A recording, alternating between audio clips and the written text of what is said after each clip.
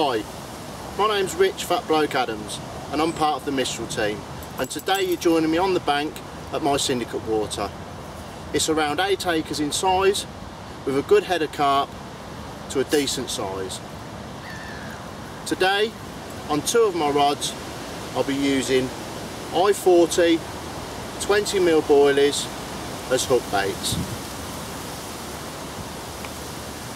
These will be fished on a simple inline setup with a lead core leader, a 3-ounce inline lead, using Gardner Subterfuge Super Soft in 15-pound breaking strain as my hook link, tied knotless knot style to a size 4 covert mugger hook. Also on these rods I'll be fishing a 6-bait stringer.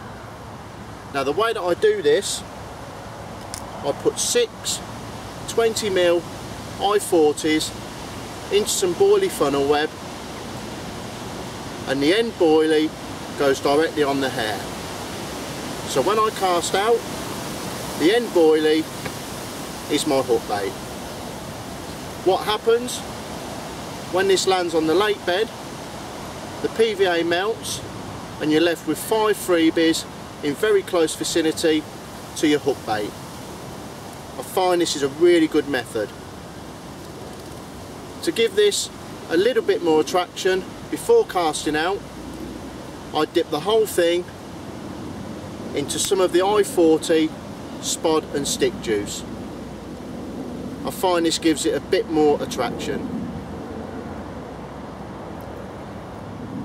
On the second rod I've decided to fish a chod rig. I've seen some fish rolling at about 100 yards range, so I've decided to put a bait in this area. It's a simple chod rig setup which consists of a Gardner heavy plummet lead core leader with a 3-ounce distance lead spliced directly to the end, and the rig runs between 2 rubber beads. When you're fishing a chod rig, it's really important, in the event of a break off or losing a fish, that the rubber beads come away from the lead core leader. They must come away with relative ease, like so. This allows the rig to also come away from the leader in the event of a crack off or losing a fish.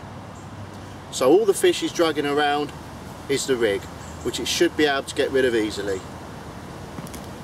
It's not carrying around 3 ounces of lead and a metre of lead core with it. As I say, that really is important, that those beads come away from the lead core easily. Another important thing when fishing a chod rig is you must have really buoyant hook baits. The rig will not work unless you've got buoyant hook baits. Today I'm using one of the super buoyant pop-ups from the Mistral range. I'm using the Vanilla Spice.